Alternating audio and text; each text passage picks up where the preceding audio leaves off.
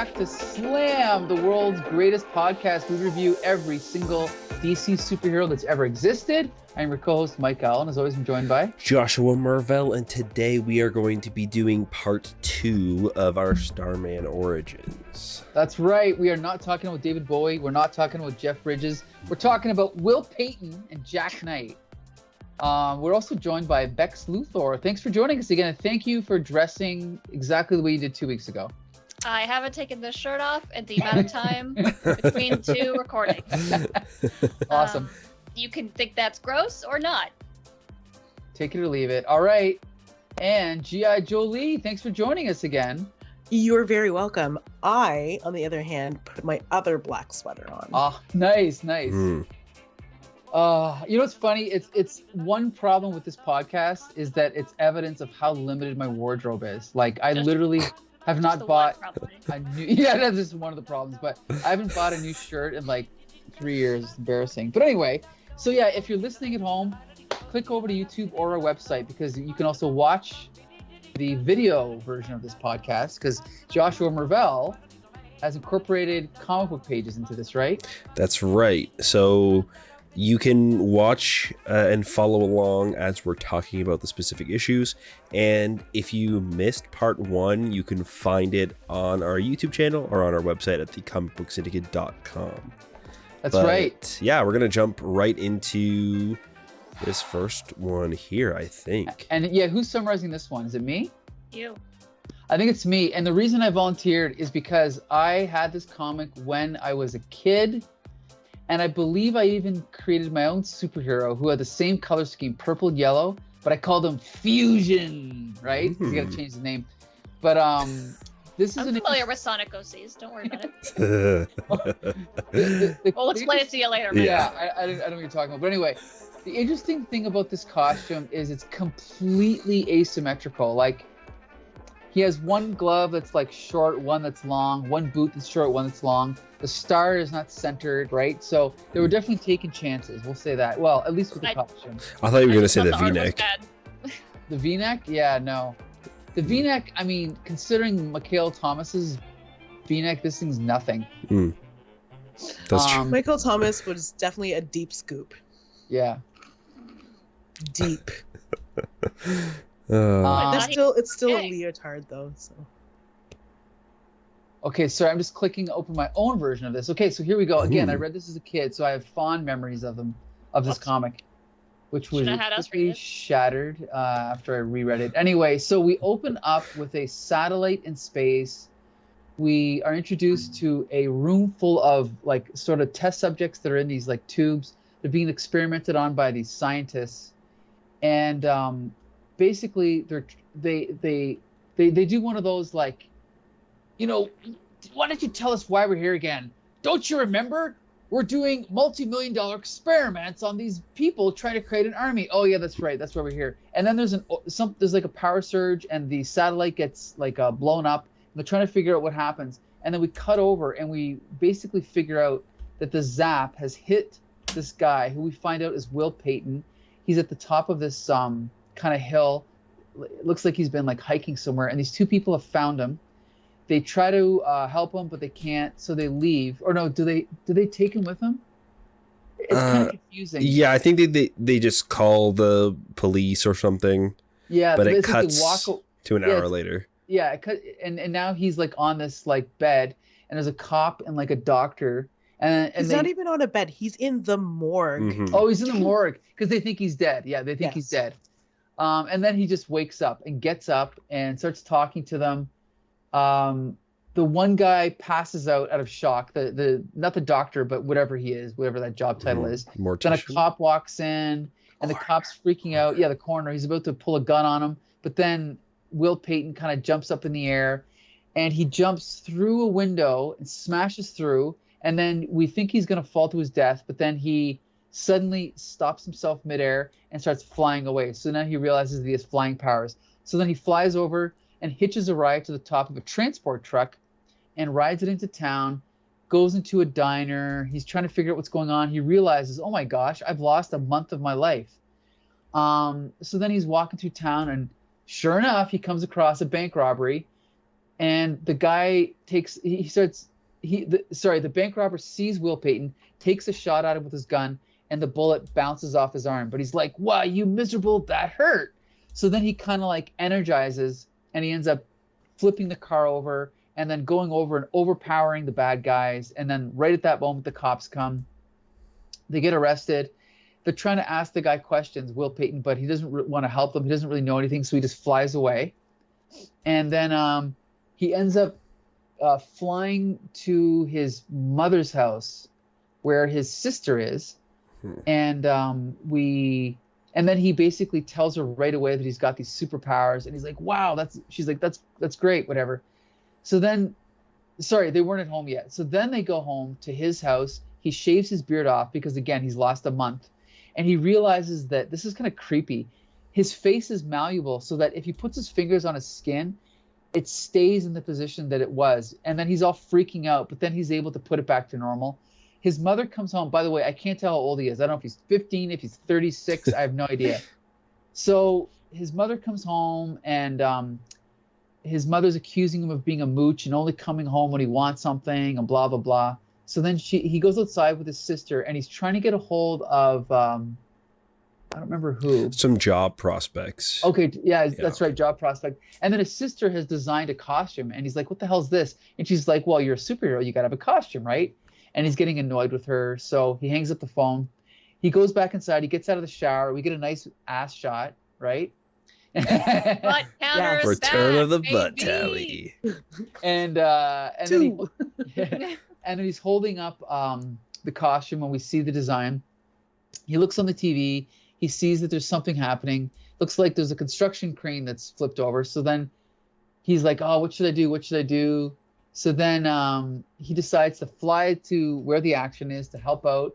He's got his costume on. He demonstrates his strength by crushing an I-beam. He goes over. He lifts up the construction crane, and he helps these people, get to safety. Then he drops it. And then basically, it falls on top of him, and everyone thinks he's dead. But then he ends up flying out. He's A-okay, and he tells them his name's Starman. Then he goes back home, changes, because he can change his appearance. He actually has a physically different face. Right. It's not very well drawn, but he is supposed to look completely different. So then he goes back home, and he's kind of like arguing with his sister about what he should do. And he's like, oh, I'm not cut out for this type of thing, right? Then we cut back over to the scientist from the beginning of the story, and this is where he realizes that someone has accidentally got these powers that were meant for all his test subjects. And so then he's like, we're going to have to find this Starman, and if it turns out that he did receive some of the power meant for our people, we're going to get it from him one way or another. And that's the cliffhanger, and this comic sucks. Yeah. I read it as a kid, and I enjoyed it, but not enough to keep going. I only bought number 1. Whew, this is Roger Stern, whom we all love from Amazing Spider-Man. He created the Hobgoblin, right? But this story is so generic. It's every cliche put into a blender and mixed up. It's not bad. It's just so weak. It's so cliche. And the other thing I got to say, this art by Tom Lyle is terrible. Rest in peace, Tom. But it's terrible art. It's garbage. It's barely above amateur level. So, wow. I'm not going to see. Yeah. Man, sorry, bud, you're dead, but you fucking suck. I had to give my condolences. But anyway, it's not. I'm not going to say I hated reading it. It's sort of enjoyable, but it's a really bad comic. Becca? I hated reading it. Okay. Straight up. No. Also, my favorite thing that we read in the last little bit is in this comic. Fellas, you ever just have your whole adult dick out in front of your entire adult sister?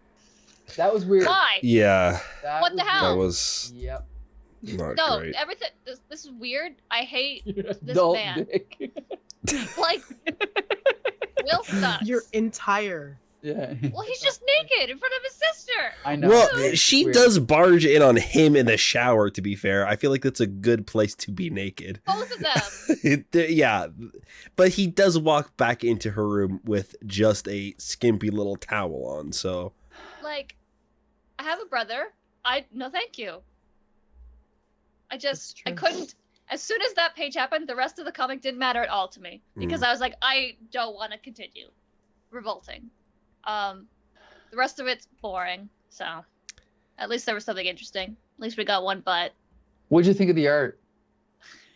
And yeah, Equally shitty. it Some of sure was there. Some of it was nice. Yeah, some of it was fine, and then some of it was like awful. Yeah. Like the splash page, the mountains and the trees looked fine. Yeah. But the faces were ugly.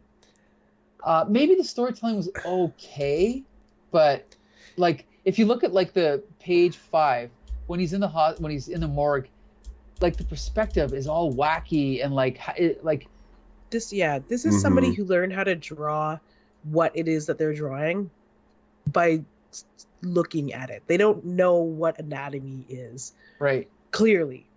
Unless they did learn and they just suck at it. Yeah. The faces are terrible. They're like grotesque. Yeah, ugly. Mm-hmm. Ew. Like, and the thing is like, ugh, you just look like he doesn't know where to put the camera. He doesn't know where to put objects. Like it's, ew. Mm-hmm. It's It showed bad. some promise because they started with this sort of like mountain man Yeah. who had like a Chuck Norris sort of vibe, and I was going for this. And then when he flew off to find his sister who was playing Guitar? yeah, is she playing the Police on an acoustic guitar? I think don't so, know. yeah. Oh, what song? Which page was that again? Don't Stand So Close to Me. Yeah, that's the Police. You Yeah. see her license plate is Sting. She loves Sting. Uh-huh. Oh, I see. Oh, now. really? I didn't Yeah, notice if you go that. to like her playing the guitar, the license plate on the Jeep is just says Sting. Oh, wow. Cute. Okay. Huh. I would have That- kept the beard. What's that? I would have kept the beard Mhm. and the tan puffy vest. Right. I There's would have something- kept the pink face. Isn't that the whole point, right? Like when he You know turns what? into the Starman character, why does he not have the pink face still? And that would also like show us when he transitions from Starman to man. Like It's when But- he turns back here, it's such a strange panel. Like it almost looks the same. Like because you're right. It's like they're trying to get the idea across that he looks different, but it's so poorly done that it's even the Yeah. skin thing. They kept saying, "Whoa, dude, what's with your skin color?" He looks like every other Caucasian in every superhero comic. Like the idea did not come across. To me, it didn't anyway. yeah. Yeah, they like it's such a weird tan. I was like, is it because he was out in the sun, or was Yeah. it because he got zapped with superpowers and was out in the sun? Like I don't. Right. Yeah, they should have made it maybe more of a color. Maybe I guess that would or maybe like less of a color, like maybe he's more white, like pale white, and that's why they think he's dead as well. I don't know. It's all a little It's a lot of half-baked ideas Yeah. that were not executed properly. and I didn't hate this issue. It No. was just kind of boring at times. It read like a Disney Channel like pilot almost, right? Like That's it's a good very point. and because it's kind of cliched, Right. it feels like these themes have been kind of been done before so many times. Yeah, it felt like a 90s TV, like a TV Yeah. show where like this is garbage. Like anyway, yeah. Right. And cliches are fine if they're in service of the story, but I don't think that anything that happens in here was like particularly well done. Again, the fish out of water stuff doesn't really happen. Him not remembering is like not funny or like interesting to read about. His relationship with his sister is really weird. He doesn't really even do anything exciting to like save the day. He just lifts a crane off of somebody. Like, why not come up with an idea that shows off his movesets? Like any superhero could have done that, right? Like That's a good point. That's a good point. So I don't know. There's just a lot that happens in here that is just kind of uninteresting and dull. Yep. Yeah, again, didn't hate it, but I don't know. I want more from it. Well, I'll have everybody know that this Starman appeared for, I believe it was 46 issues of his own series. Oh, Then he was canceled. He got a slightly different costume that was black and red. Better, yeah. I don't know if you have that, Josh. Do you have that? No. No, I don't think I do. I didn't. Okay. I don't have a who's who for this particular Starman. He kind of floated around for a bit, and then I think he was killed at some point. I don't know. Not a great character. Again, just so generic. He seemingly was killed. Oh, okay. And then he seemingly was brought back, I assume? Well, in the 90s. Okay. Run, when they bring all the Starmen back, they're like, just kidding. Yeah. Actually, we need him to not be dead, so right. He's not. So yeah, there you go, Will Payton. Again, at the time, he was kind of like, oh, he's like Firestorm. He's the new hip, cool superhero. But he didn't last long. No one cared about him. So then what happened was, very soon after,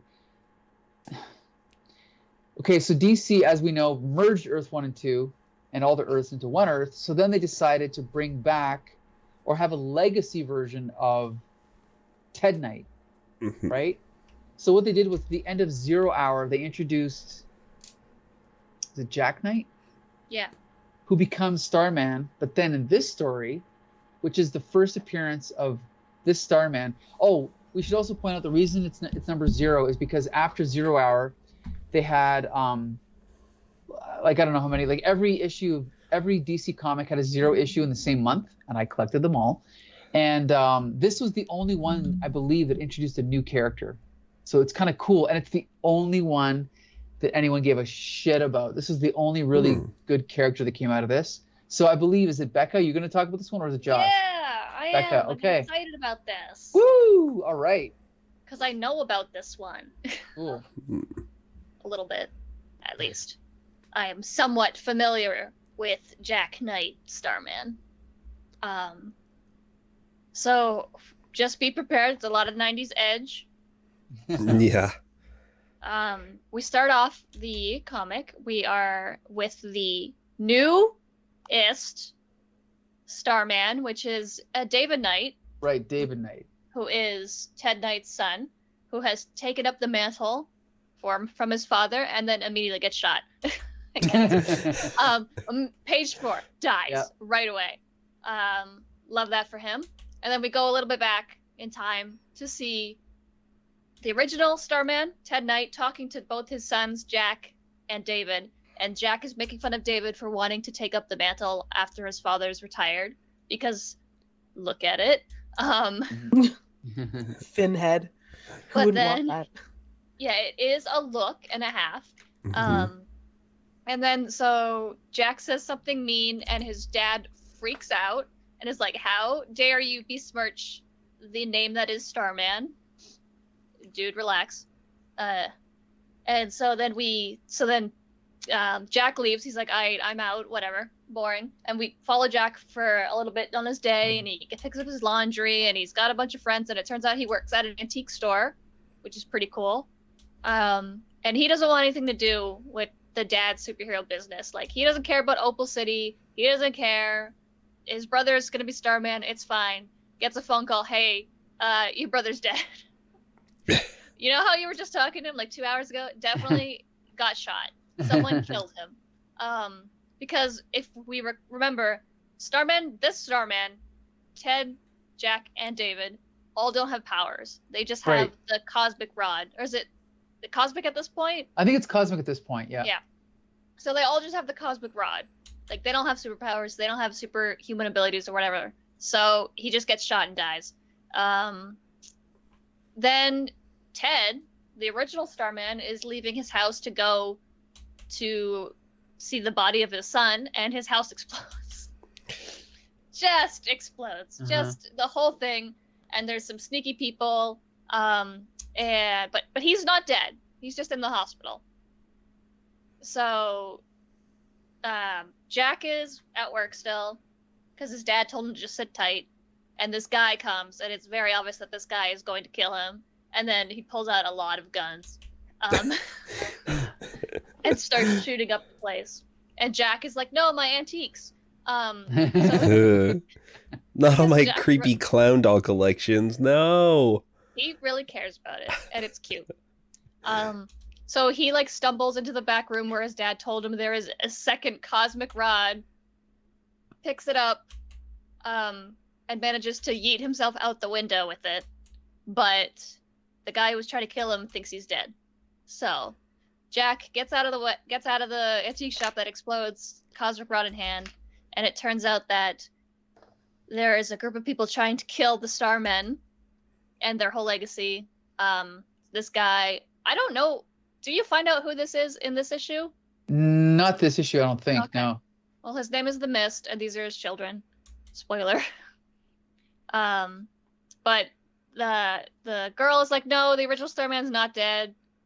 And then the guy's like, oh, but the two sons, I got both of them for sure dead, even though Jack is not dead. So Jack is shot for sure, and he's stumbling. And he is going to find his father. And that's where this issue ends. Which sucks because I know where this goes, and it goes into cool places. Mm-hmm. So you've read more of these Starmans. I have read more of these Starmans. That's why I was like, who the hell is some of these people? And then I was like, well, never mind. I remember who they are. Right. Well, I never read their origins because who cares? Not important. The thing is I've actually read a few of these issues, and many people from my generation think this is like the best superhero comic of the 90s, and I'm definitely sure it's up there. And I'm certainly going to read more. And it's good that we contrasted this with the other 4 Starmans, because this is how you do a freaking superhero comic. You have everything planned out. You have an arc, you have a villain, you have a city, you even have like, where does he work? What's his relationship with people? 2 different brothers with 2 completely different characters, right? They're both interesting. And then the one that ends up becoming this Starman is the reluctant hero. The other one wants to be a superhero. This guy doesn't. And if we see the way the series goes, he doesn't end up dressing like his father, right? He ends up he just has like a jacket and like sunglasses and the jacket and the goggles. That's the Starman's thing, is the leather jacket and the goggles. Right. And in the midst of all this 90s crap, this was definitely one of the best superhero books for sure. And I think it's also cool because it shows how things can be modern, but they can also still honor the past. And that's why I love this series, from what I've read of it. That's what I was going to say. I was like, this is how you do an homage to, you do justice to your old golden age 1940s characters that maybe wouldn't work in modern times. So we don't need to see them. But I really like these books. They're really cool. And how they incorporate eventually all of the Starmen into the story. So everyone we just been talking about the last 2 episodes are in this series. Right. And it connects what has no right to be connected. Yep. Smart. And I love when writers do that. Instead of just rebooting, they build on the past. They try to tie it in together as best they can. And I believe there's only 80 issues of this, so it's pretty easy to read. But G.I. Julie, what did you think of this one? The bones, I think, of the plot are mainly... This is the one I'm familiar with, too. They're mainly what I think they picked out for Stargirl, the DC sort of WB revival type show, where there's like an organization trying to kill the Injustice Society. They bring them in to get rid of the Justice Society, but that Starman is not the Starman. Like everyone was saying, there's a lot of great Easter eggs from all of the previous eras of comics within this comic, and it does it a service instead of a disservice, and they don't bog us down with the minutia of like, well, you remember this rod, well, this is what we've done to interpret it here. It's just there. And it's part of the lore, and they know that these are the most memorable things about the lore. is the knights and the rod. So they kind of, mash them all together and put them in leather for the 90s, and like it's just nice. It has like a Mike Mignola feel. Absolutely. Yep. Yeah. I wonder if that was like sort of this, like that style. What did Sandman do that to people? I don't know, but there was a lot of artists kind of emulating Mike Mignola around this time, and Tony Harris developed more in his own direction over time, but this is definitely a vibe of like Hellboy in there for sure. Yeah. But yeah, Josh, I'll go ahead, Jolie. No, go ahead. No, I was gonna say this is great. Yeah, and I'm assuming this is something, Jolie, that you would read more of if you had the chance. I actually read it while I was in the shop. Interesting. So I've actually read more. And nice. Knowing that this was sort of the end cap of the second episode for Starman, I was like, okay, this is a really good note to leave people with, because the rest of it sucked. And you know what else? This would make a perfect TV show. Like just perfect, and like a network, not for just hardcore fans, for the casual general viewer. They would enjoy this, I think. But Josh, what'd you think of Starman #0? Yeah, it was great. I really like the tone of this. I like that they've kind of blended the original Starman while updating the story. They've kind of created this world where it's ambiguous what time period it takes place in. I mean, the art style feels very 90s, especially in retrospect, but it doesn't feel weird. But it was also drastic, but it was also not Image, right? Right.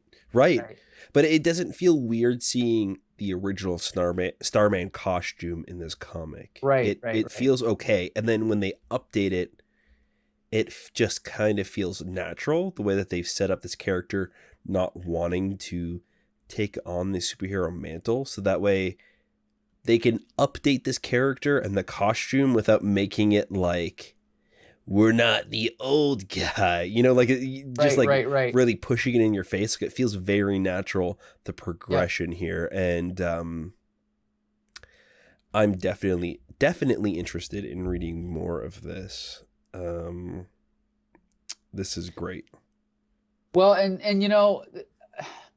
again, there was a lot of irreverence for the past at this time. Like one of the things that Image Comics did, it's funny you mentioned this isn't your grandfather's superhero. Sure. I remember Todd McFarlane had an ad for Spawn where it said, only sissies change their costume in phone booths, like just shitting all over the past of Superman and all those characters. But this, it acknowledges the past, but it recreates the character in a way that appeals to modern audiences. And I think that's great, without being just over the top sexualized, or what's that? Or like full of itself. Right. It's just a very smart way to do this type of character. And so now, so now you've got, so now Josh has the Who pages up. If you can just flip back, we just want to remind our viewers here that the numbering of these characters is confusing because traditionally, can you go back to the beginning of do you have all of them there? Not here. I would have to go back. Okay. Don't worry.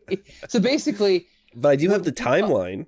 Yeah. Okay. Well, if you have the timeline, basically, Starman 1 is Starman 1, but after that it gets confusing because then there's Starman 2, who was originally Batman. Yeah, who turns out to be Batman. In just a disguise. But I believe James Robertson retconned that and said, actually, we don't know anything about who that was. He was just protecting Opal City, blah, blah, blah, right? I think. Well, and then they retconned that retcon. Then it was what? It was a time travel. It was a time travel. Yeah, it was time travel. So it's a different Starman. Jeez. Right.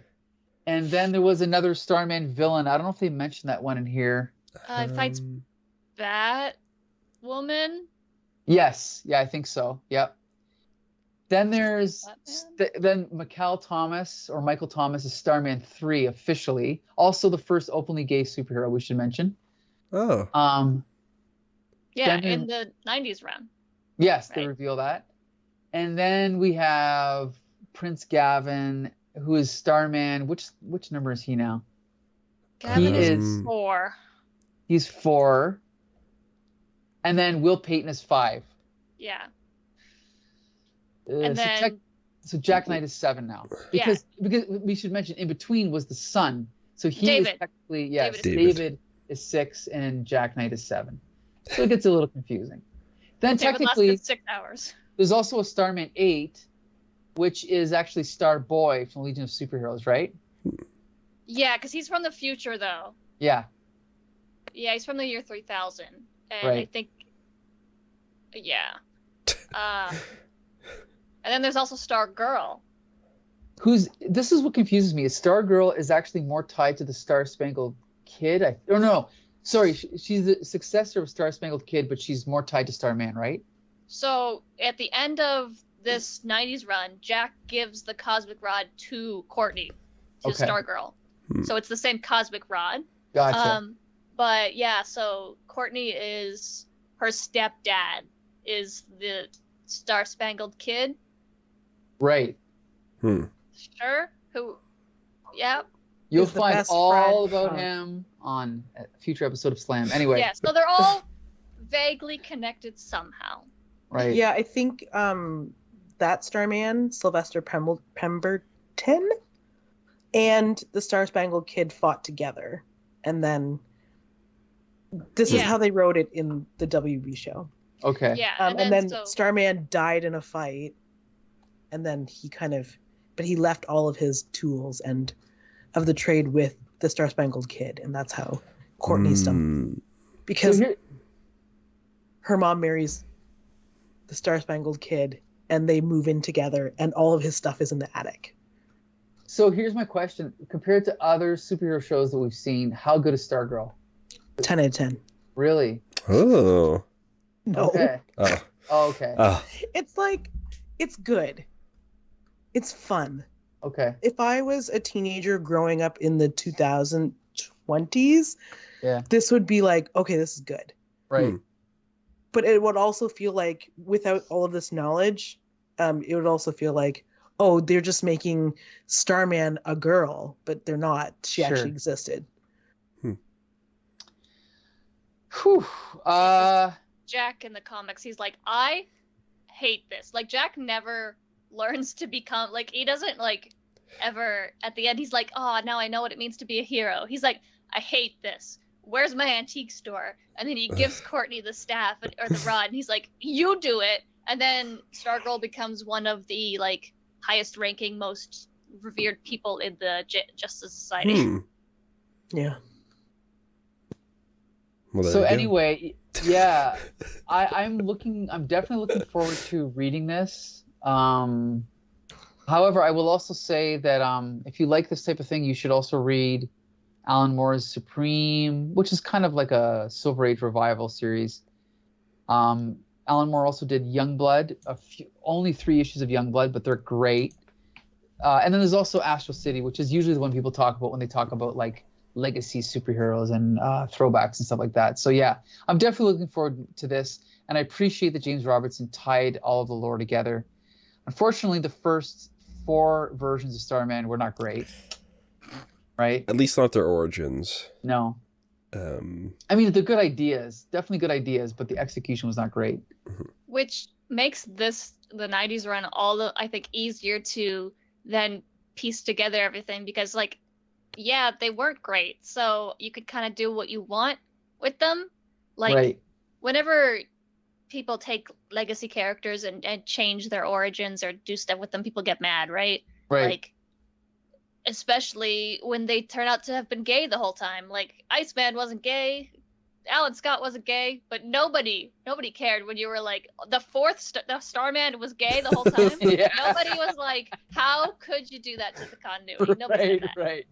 Good point. So, like, you could kind of just take little bits and pieces of DC history that really didn't go anywhere and then do what you want with them. And I think that's why this issue or this comic series works really well, is because nobody was mad. Good point. that you changed anything about the Starman continuity.